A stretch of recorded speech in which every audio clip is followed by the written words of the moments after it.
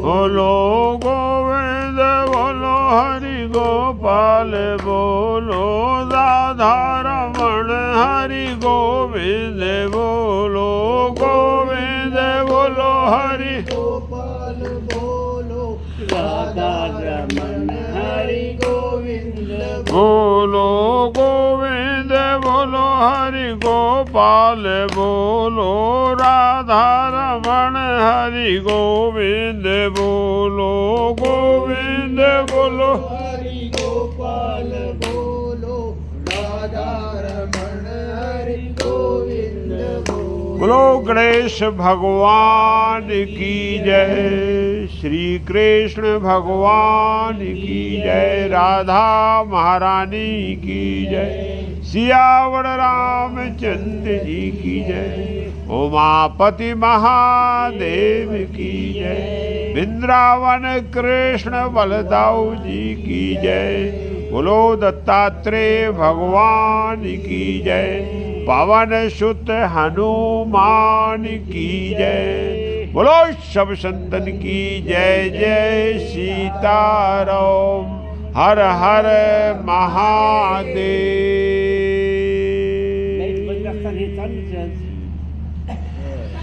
गजाननम भूत गणाधिसेवितं कपेत जम्बो फलचारु भक्षणम् उमासुतं शोक विनाशकारिकं नमामि विघ्नेश स्वरूपाद पंकजं वासुदेव सुतं देवं कंस चारोणमर्दनं देवकी परमानंदं कृष्णं वंदे जगद्गुरुं, कृष्णं वंदे जगद्गुरुं, कृष्णं वंदे जगद्गुरुं। बारिश में बच्चे नहीं आए। हाँ जोरात होता ना पाऊस। हाँ पाऊस चांगलाच होता. गडगडाट होता म्हटलं नको म्हटलं. आणि आता टाइम पण तो कल हम सब भक्तों ने श्रीमद् भगवद गीता के अलौकिक ज्ञान में हम सब ने श्रवण किया। भगवान श्री कृष्ण अर्जुन को अपनी आध्यात्मिक शक्ति के बारे में, अपनी परा और अपरा शक्ति के बारे में ज्ञान प्रदान करा रहे हैं, जिससे उनको एक दृढ़ विश्वास हो जाए और जो वो कर्म से पलायन कर रहे हैं तो वो अपने स्वधर्म में लग जाएं। भगवान श्री कृष्ण इसीलिए बार बार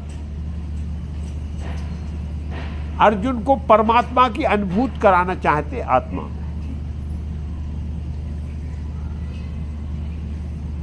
तो इसी व्यापक ज्ञान को अध्याय 8 में जब अर्जुन ने जो है श्री कृष्ण से प्रश्न करना प्रारंभ किया, क्योंकि कुछ शब्द जो है अलौकिक थे, अद्भुत थे, उनको जानना जरूरी था, तो प्रश्न किए और प्रश्नों का जवाब भगवान श्री कृष्ण ने बड़े संक्षेप में एक एक अक्षर में एक एक शब्द का एक एक ग्रंथ है। ब्रह्म शब्द का उन्होंने जो है पूछा ब्रह्म क्या है, तो ब्रह्म के लिए जो भगवान के जितने भी पुराण वेद सब ये ब्रह्म के ही स्वरूप के लिखे गए हैं। एक एक ब्रह्म की व्याख्या एक एक ग्रंथ में की गई है। लेकिन हम और आपके लिए ब्रह्म क्या है? अविनाशी, जो शाश्वत है, जो सत्य है, बस इतना जान लें। तो ज्ञान इसमें समझने के लिए कि ये पूरा ब्रह्मांड संसार जो कुछ भी दिखाई दे रहा है ये सब नाशवान है, लेकिन इसको प्रकट करने वाला भगवान जो है वो शाश्वत है, जो अव्यक्त है, मेरे को दिखाई नहीं देता, लेकिन वो शक्ति है जिससे पूरा संसार चेतनमान है। उदाहरण के लिए आपको विद्युत का बल्ब तब तक जलता रहता जब तक उसमें विद्युत प्रवाह होती है, लेकिन विद्युत आपको दिखाई नहीं दी। सब सिस्टम एक जैसा है। बोले विद्युत चली गई, ऐसे ही बस जो है शाश्वत क्या, भगवान की पराशक्ति है, भगवान शाश्वत है और उसी को, उसी पराशक्ति को ब्रह्म बोलते हैं। वही भगवान की जो है शक्ति। अध्यात्म क्या है? जो अपने आत्मा के स्वरूप को जान ले, उसको अध्यात्म बोलते हैं। बहुत सरल परिभाषा। आत्मा का स्वरूप क्या है? आत्मा का स्वरूप क्या है? ईश्वर अंश जीव अविनाशी, चेतन अमल सहज सुख राशि। ये आत्मा का स्वरूप, इसको जानना है कि ये ईश्वर का अंश है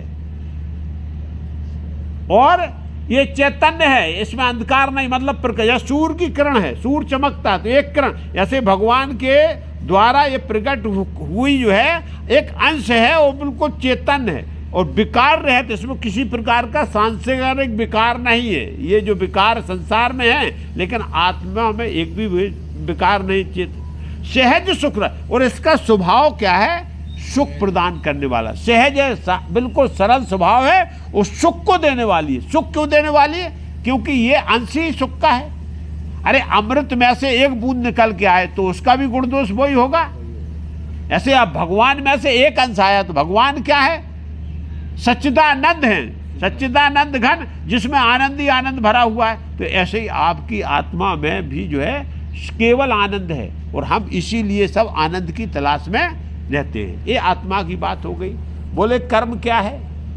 विचारों को क्रिया में बदल देना ही कर्म होता है और वही भूत बन जाता है। हम जो है अभिलाषा हुई, वो कर्म कर लिया, क्रिया कर ली, वो कर्म बन गया, वो भूत बन गया। बोले हो गया, फिर नया कर्म चालू। तो संसार में जन्म मरण से लेके बंधन जो सृष्टि कर रही, वो भी कर्म घटित हो रहे हैं और हम आप जो भी कर्म कर रहे हैं, यही सब जीवन यापन के लिए क्या, पालन पोषण से लेके मरण तक का यही सब क्रियाशीलता चलती रहती है। इसी क्रिया को क्या बोलते हैं? कर्म बोलते हैं।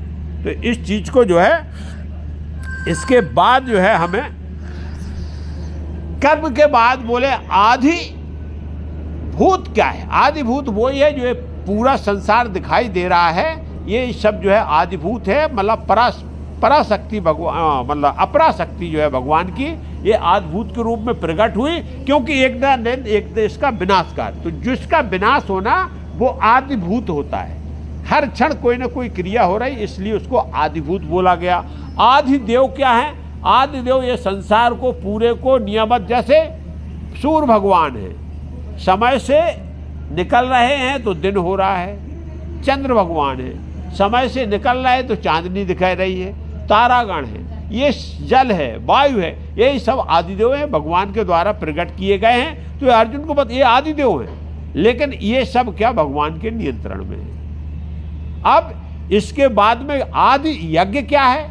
आदि यज्ञ जो क्रियाएं हो रही हैं वो सब आदि यज्ञ। यज्ञ का मतलब होता है कर्म। कुछ कर्म ऐसे जो हम खुद करते हैं, कुछ कर्म अनेक जो होते रहते हैं, तो सभी जो है, लेकिन वो आदि यज्ञ बनते रहते हैं, क्योंकि जो कर्म हो रहा है वो आदिभूत में चला जाता है। अरे वाह, हाँ, तो आदि यज्ञ जो है उस हिसाब से हमको ध्यान देना कि आदि यज्ञ क्या है। ये जो है भगवान श्री कृष्ण ने जब समझा दिया तो बहुत ही सुंदर बात बोला कि भाई जो है अंतिम दशा में, अंतिम अवस्था में, पहले चुटवाया था, हाँ, जीव की जो दशा होती है, जीव का जो चिंतन होता है, वो उसी को प्राप्त होता है। सरल स्वभाव ये कि यदि अंतिम दशा में हम भगवान का चिंतन कर रहे हैं तो भगवान के धाम को प्राप्त होंगे, और संसार का चिंतन कर रहे हैं तो पुनर्जन्म होगा मेरा, और मैं फिर क्या है, इसी संसार में आना पड़ेगा। तो अंतिम दशा का उन्होंने भगवान श्री कृष्ण ने बता दिया कि जैसा जीव का चिंतन चलता है उसी हिसाब से उसको फिर से जन्म और मरण के बंधन में फंसना पड़ता है। तो यहाँ भगवान का यदि हम चिंतन करते हुए जो है, यदि शरीर आदमी का त्याग छूट रहा है, शरीर छूट रहा है और जीव आत्मा जो है भगवान के पास जा रही, तो वो फिर क्या हो जाएगी, मुक्त हो जाएगी। तो इसलिए प्रयास मेरा ये होना चाहिए कि हम जो है सतत जो है भगवान का चिंतन करें, जिससे मेरी क्रियाशीलता बनी रहे और मेरे को एक क्या स्वभाव, एक आदत हो जाए भजन करने का। तो वो भजन का एक स्वभाव ऐसा होता है कि फिर वो अंदर भजन चलने लगता है। फिर आपको क्रिया वाणी से मतलब नहीं, वो आपका स्वभाव बन जाएगा कि भजन आपका अंदर, आप कुछ नहीं कहते, कुछ नहीं सुन रहे, लेकिन उसके बाद में भी आपको जो है बिल्कुल एकदम जैसे आप कुछ नहीं बोल रहे, लेकिन आपको हर मंत्र को यदि बोलना तो आप मन से कैसे बोलते रहते हो, उसको मन से कैसे ध्यान रहे, आपको कुछ नहीं, आंखों से भी नहीं देखो, लेकिन आपको दिखाई देने लगेगा। यदि आप सोचोगे तो आपको जो है दिखाई देता है। क्या दिखाई दे रहा? क्योंकि ये जो है मना शक्ति से, ऐसे ही आपका जो है जब भजन मुंह से नहीं बोल रहे लेकिन अंदर वो भजन चलने, आप कुछ मत देखो, आंखें बंद कर दो, लेकिन कुछ ना कुछ तो दिखाई देता है। आप चिंतन करो, क्या देख रहे हैं आप, कहाँ से दिख रहा है? जब आंखों से आप देख नहीं रहे लेकिन आपको काला पीला सफेद कुछ ना कुछ आकार मूर्ति कुछ कुछ दिखता है। अरे आखिरकार आंखों से देख नहीं रहे, फिर कैसे दिख रहा आपको? और इसके यदि आप सतत चिंतन कर रहे हैं तो आंखें बंद करोगे, केवल भगवान दिखाई देंगे। ऐसे ही आप भजन जब सतत कर रहे हो तो आप बिल्कुल मुंह बंद रखो, बिल्कुल शांत बैठ जाओ, लेकिन अंदर आपके जो है वो नाम जो है वो चलता रहेगा। यही जापक थे, इन्होंने बोला कि इस प्रकार से यदि जो जाप करता है उसको अंतिम समय में जो अंतिम धाम प्रभु का प्राप्त होता है। जापक की बहुत बड़ी विशेषता है, वो जापक को जो है उसकी आत्मा बिल्कुल निर्मल पवित्र हो जाती है, उसका ज्ञान अपने आप प्रकट हो जाता है, और ऐसे भक्त की भगवान कुशल क्षेम खुद देखते। बोले चिंता मत करो, फिर भगवान की जवाबदारी हो जाती है। फिर बताया उन्होंने, योगी के लिए बताया कि भाई योग अब ये कैसे होगा, बगैर योग के नहीं होगा। तो योग के लिए जो आपको अवधारणाएं बताई गई कि देखो योग के लिए 8 आयाम है, उनको जीवन में संयम है, नियम है, आसन है, प्राणायाम है, प्रत्याहार है, इंद्रिय निग्रह है, और उसके बाद क्या ध्यान है, और फिर समाधि है। ये 8 निग्रह है। तो अंतिम अवस्था क्या है, वो होती है समाधि की होती है। लेकिन यहाँ से आप जीवन यदि प्रारंभ करोगे तो आपकी आत्मा बिल्कुल निश्चल निष्कपट हो जाएगी और बिल्कुल सरल हृदय हो जाएगा।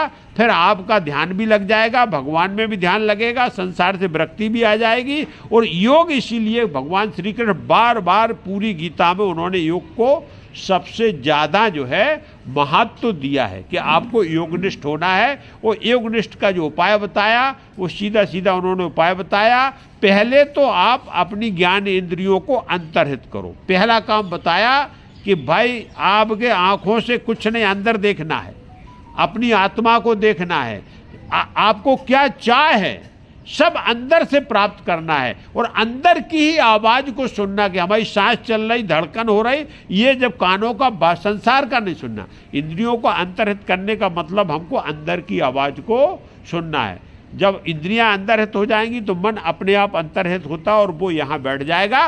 फिर बोले प्राणवायु को आप जो है अपने सहस्त्रांत में जाके रोक दो और फिर ओमकार का चिंतन करो। भगवान बोला, श्री कृष्ण बोला, मेरा नहीं, ओमकार जो प्रणव अक्षर मंत्र है, केवल ओम से ही ये पूरा जो है वेद पुराण सबका प्राकट केवल ओम से हुआ है। और उसका आप सतत क्या करोगे, जब चिंतन करने लगोगे तो आपके मन मस्तिष्क में केवल ओमकार झूमेगा। ओमकार का ही आपको क्या नाद सुनाई देने लगेगा। जब वो नाद सुनाई देगा तो आप जब चिंतन करते हुए बोले ये समाधि ले ली है, तो बाद में योगी लोग जो है फिर अपने जो है शरीर को छोड़ देते हैं और उनकी अंतरात्मा भगवान बोलते अंतिम धाम में मेरे में समाहित हो जाती। ये योगनिष्ठ जो योगी हैं, जिनने अभ्यास किया है, जिन्होंने इसको प्राप्त किया है, वो इस प्रकार से जीवन यापन करते। और बोले जो कर्मयोगी हैं, जो संसार में लगे हैं, उनके लिए भी उन्होंने बताया, जो निष्काम भाव से परमार्थ के लिए कार्य करते हैं और अपने स्वधर्म का पालन करती हो, सतत मेरा चिंतन करती हो, उनको लिए भी क्या बाध्यता है कि सतत उनको भी मेरा चिंतन। आप संसार का काम करो, व्यवहार संसार में करो, लेकिन चिंतन आपका क्या सतत जो है भगवान का होना चाहिए। हर काम में भगवान को आगे रखना, हर काम में भगवान के काम को मान के भगवान के लिए करना। ऐसा यदि चिंतन चलने लगे तो हम कभी भगवान से दूर है।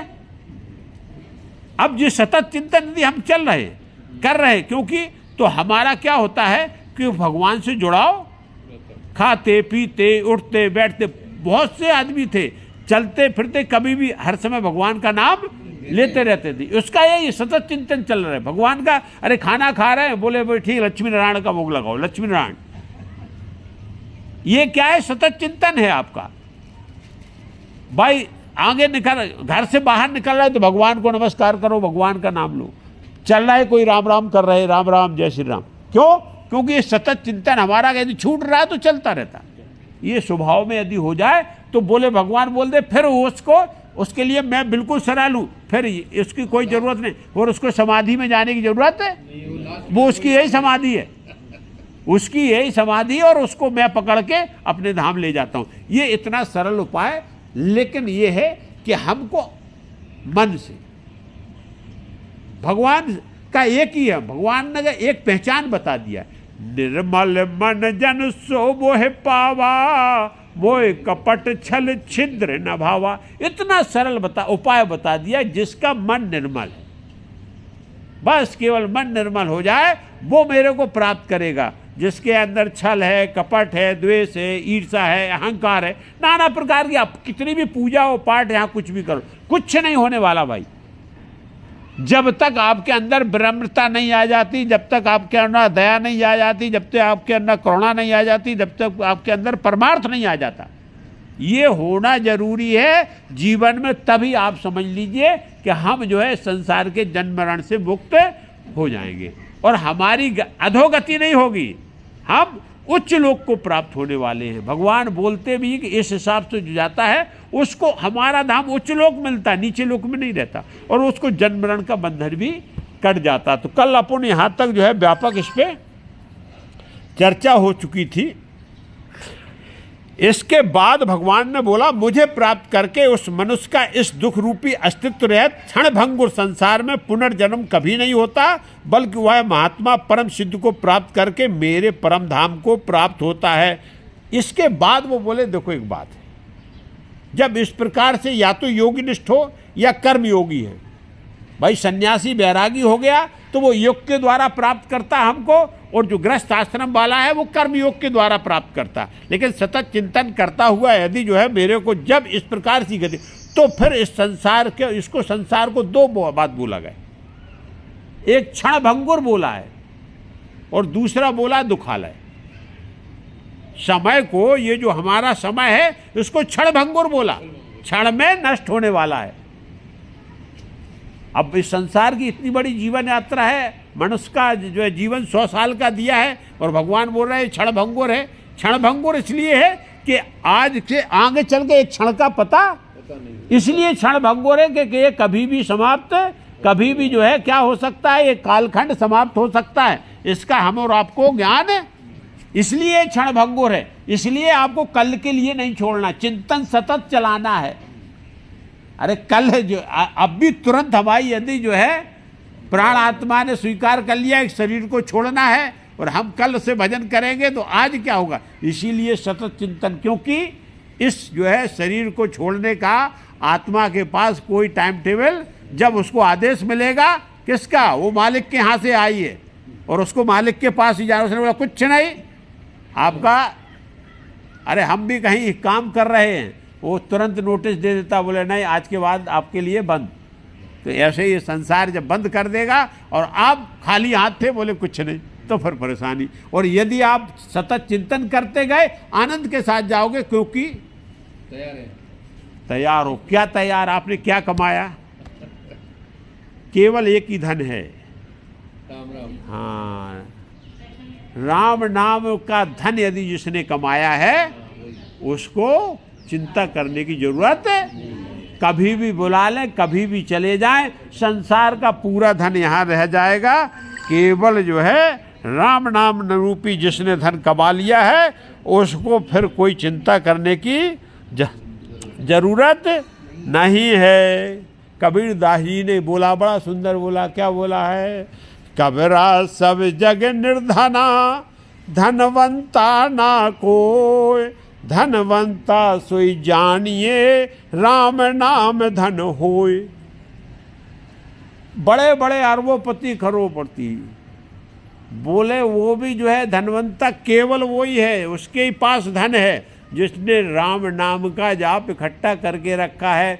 बकाया इस संसार को भोग के यहीं रह जाना है। तो इस चीज को ध्यान में रखने के लिए भगवान श्री कृष्ण खुद बोल रहे हैं कि हमारी शरण निरंतर जप करने वाले को प्राप्त होती है। और वो जो तैयार रहता है, राम नाम का जाप करता है। राम नाम के जाप के मतलब है जिस आराध्य को, जिस परमात्मा को, कृष्ण का नाम लो, राम का नाम लो, राधा का नाम लो, विष्णु का नाम लो, गणेश का नाम लो, जिसको भी आपको जो है आराध्य मानना है, उस आराध्य को बस केवल परम शक्ति मान के यदि उसके जाप में आप लगे हो तो जीवन में फिर आपको कोई चिंता करने की जरूरत नहीं है।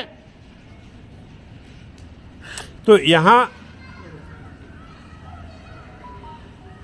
और भगवान बोलते हैं कि ऐसा परम सिद्ध हो जाता, फिर हमारे लोग को प्राप्त हो जाता है। फिर आगे बोला, देखो क्या होता है। हे अर्जुन, इस ब्रह्मांड में निम्न लोक से ब्रह्मलोक तक के सभी लोकों में सभी जीव जन्म मृत्यु को प्राप्त होते रहते हैं, किंतु हे कुंती पुत्र अर्जुन, मुझे प्राप्त करके मनुष्य का पुनर्जन्म कभी नहीं होता है।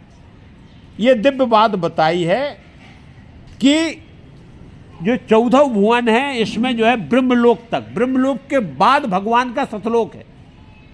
क्योंकि ब्रह्मा जी, विष्णु जी और अपने महादेव, ये सब क्या है, कर्म से बंधे हुए हैं।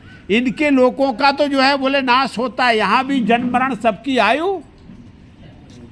आयु क्या है और निर्धारित है। और उस आयु में जो है सबकी एक बार मृत्यु होना है।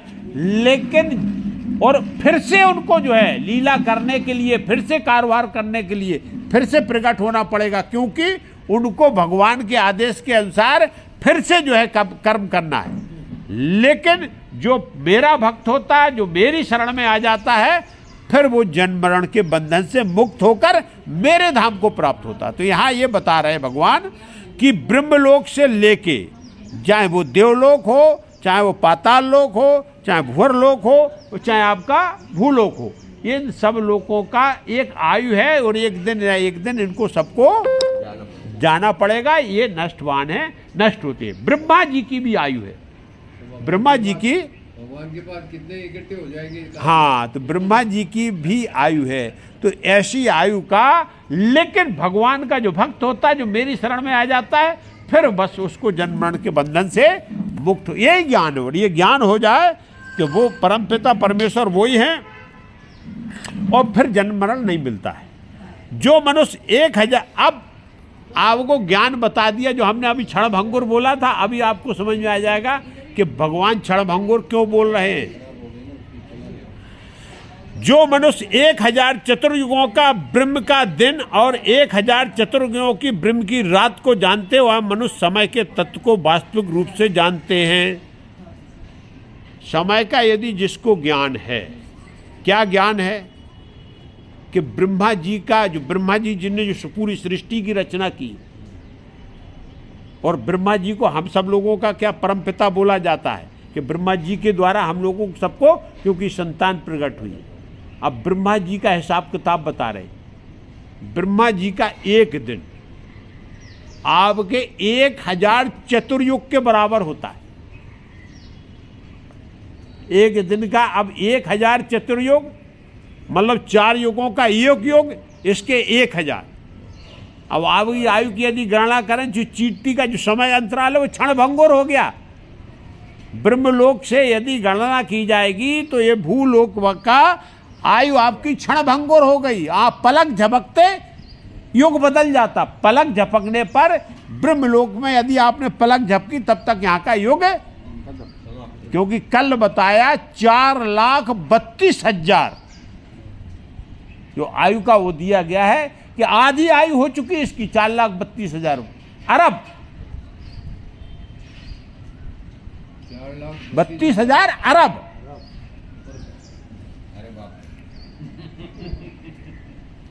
इतनी जो है इसका आकलन है।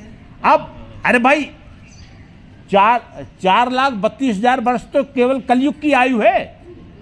4,32,000 द्वापर, फिर 4 युग मिला के एक युग हुआ, फिर ऐसे 1000 युग, तब कहीं ब्रह्मा जी की एक जो है एक दिन होता है।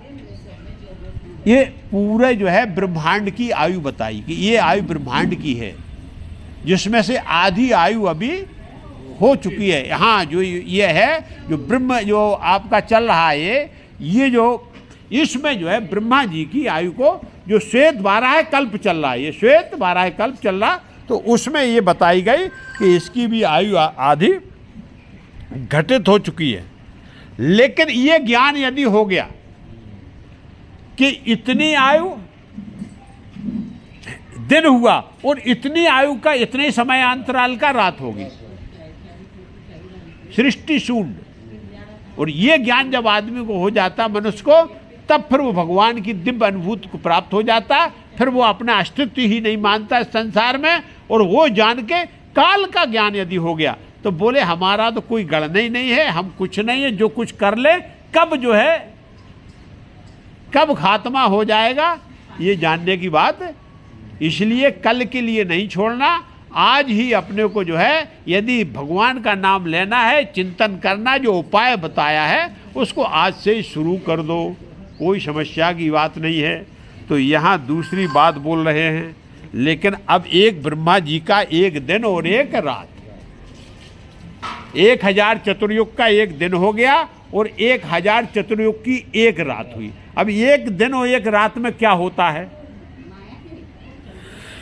ब्रह्मा के दिन की शुरुआत में सभी जीव उस अव्यक्त से प्रकट होते हैं और रात्रि की शुरुआत में पुनः अव्यक्त में ही विलीन हो जाते हैं। उस अव्यक्त को ही ब्रह्म के नाम से जाना जाता है। अव्यक्त जिसका वर्णन ना किया जा सके। तो ब्रह्मा जी का दिन के प्रारंभ से बताया उन्होंने। जैसे ब्रह्मा जी का जैसे सूर्योदय होता तो अपना दिन कब होता? सूर्योदय से प्रारंभ होता है। ऐसे ब्रह्मा जी का जब दिन जो है ब्रह्मा जी का प्राकट हुआ, जैसे ब्रह्मा जी रात में थे, मतलब जैसे हम और आपका दिन कब से हुआ? जब से आप जगे हो तब से दिन प्रारंभ हुआ है। सूर्य अपने हिसाब से आए, लेकिन आपका दिन कब है? जब तक आप सो रहे हो तब तक रात में हो। यही जीवन का खेल है। दिन सूर्य के निकलने से नहीं है, आप सूर्य के समय निकल रहे हो, जग रहे हो, तब आपका दिन वहाँ से प्रारंभ होने। जीवन आपका सोते सोते निकल जाना। ब्रह्मा जी जैसे ही जो है दिन प्रारंभ होता है, पूरी सृष्टि जागृत हो जाती है अव्यक्त रूप। किससे? अव्यक्त शक्ति से। अव्यक्त शक्ति का मतलब जो ब्रह्म है, जो अनंत है, अविनाशी है, घटघटवासी है, उसकी शक्ति से ये पूरा सृष्टि, पूरा ब्रह्मांड प्रकट हो जाता है।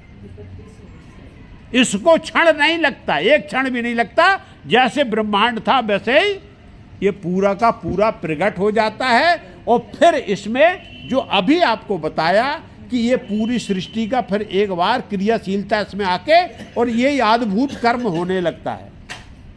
और जब ब्रह्मा जी का 1000 चतुर्युग निकल गए सृष्टि के, तो ब्रह्मा जी की जब रात होती है तो यही पूरी सृष्टि, पूरा ब्रह्मांड अव्यक्त रूप शक्ति में, उसी में ब्रह्म में समाहित हो जाता है।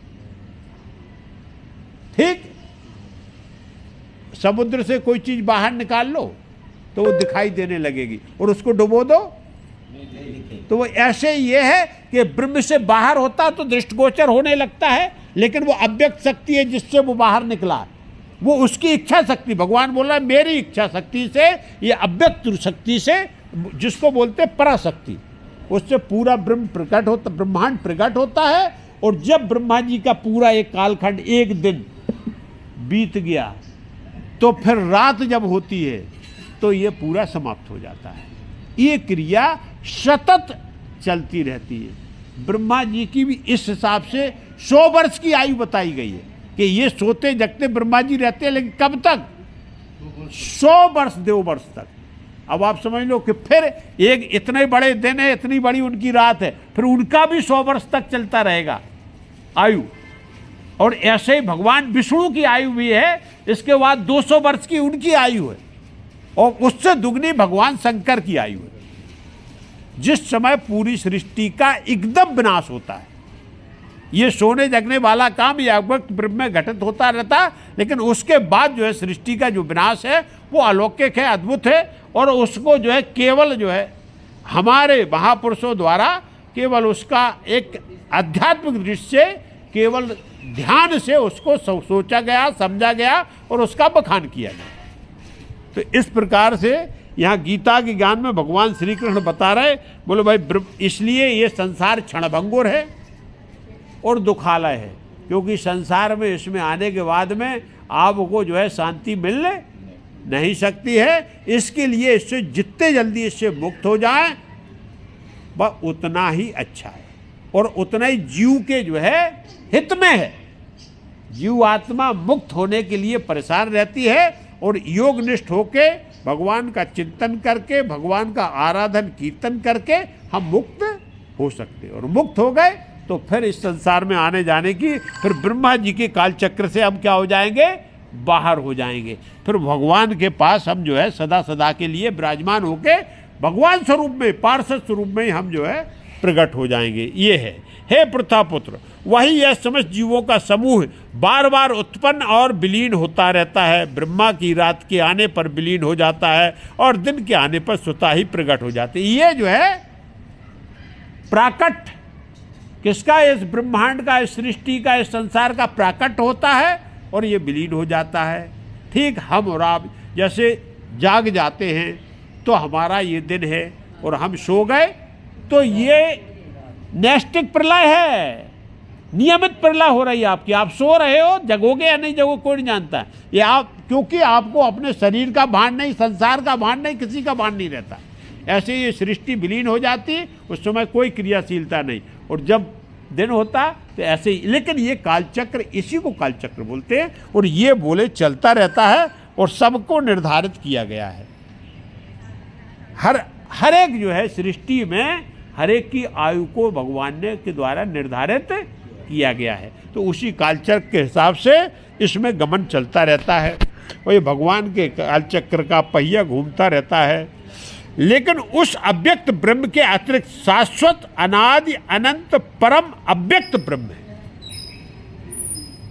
जिस ब्रह्म को उसने प्रकट किया है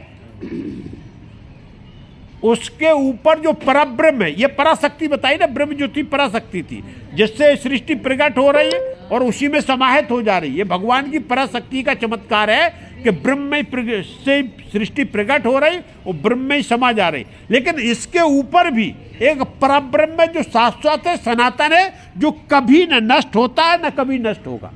भगवान खुद अपने को बता रहे कि ये वो परब्रह्म है, वो कभी नष्ट नहीं होता है और वो शाश्वत है, सनातन है, वो हर समय और हर बकाया पूरा, जो क्योंकि पराशक्ति उसी की है। जो ब्रह्मा जी की आयु बताई, भगवान विष्णु की आयु बताई और उसके बाद भगवान शंकर, इनकी भी नष्ट हो, लेकिन वो ब्रह्म जो परब्रह्म है वो कभी नष्ट है। इसी को शाश्वत और सनातन, और ये जो है भगवान का स्वरूप है, ये परब्रह्म है, यही भगवान। केवल लीला करने के लिए भगवान के अवतार, वो अवतार लेके लीला करते हैं, लेकिन उनका कभी न नष्ट होता है और ना वो किसी भी प्रकार के सृष्टि के किसी भी बंधन में बंधे हुए हैं। सृष्टि का कोई भी अनुशासन उनके ऊपर, हम और आपके ऊपर चलता है। सर्दी गर्मी बरसात का प्रभाव होता है, सतोगुण रजोगुण तमोगुण का प्रभाव होता है, हमारे पंच महाभूतों का प्रभाव है। लेकिन भगवान के ऊपर ये सब सृष्टि से बाहर की बात है। वो उनका प्रभाव है सृष्टि पर, उनका प्रभाव है संसार में, लेकिन इस संसार का प्रभाव भगवान के ऊपर नहीं होता, क्योंकि वो सर्वशक्तिमान है, सर्वेश्वर हैं और उनके ऊपर कोई नहीं है। वो परम स्वतंत्र हैं, हम सब परतंत्र हैं। हम सृष्टि के बंधन में हैं, समाज नाना प्रकार के बंधन, लेकिन भगवान के ऊपर कोई नहीं, वो परम स्वतंत्र है। इसको भगवान का साक्षात स्वरूप यही आप मान के, और इसी को आप मान लीजिए क्या है, भगवान है क्या, जो सर्वव्यापक निरंजन, जो व्यापक ब्रह्म निरंजन, निर्गुण विगत विनोद, जो सो अज प्रेम भगति बस कौशल्या के गोद। ये जो है गोस्वामी तुलसीदास जी ने भगवान का एक बताया है, व्यापक हैं, इस पूरे संसार में व्याप्त हैं। और ये क्या है, माया से रहते हैं, कोई माया का इनके ऊपर कोई प्रभाव नहीं होता है, और किसी प्रकार का कोई, मतलब निर्गुण जिसको बोलते हैं, किसी प्रकार का कोई भी ना तो विकार है ना कोई गुण है, और ये किसी विरोध वाली बात नहीं है। लेकिन भगवान जब लीला करते हैं, जब भगवान को प्रकट होने पड़ता है, तो आज प्रकट होके वो बालक बन के कौशल्या की गोद में खेल रहा है। ये भगवान का चमत्कार। अरे जो अनंत है, हो गया, हाँ ठीक है, 1 मिनट। तो इस प्रकार से ये भगवान का स्वरूप यहाँ भगवान श्री कृष्ण ने बताया है। तो इसको हम आप सबने समझा। इसके बाद कथा को आज यही विराम करते हैं। कल इसको आगे जो है अपन बढ़ाएंगे। बोलो श्री कृष्ण भगवान की, राधा महारानी की, बोलो सब संतन की जय। जय सीताराम।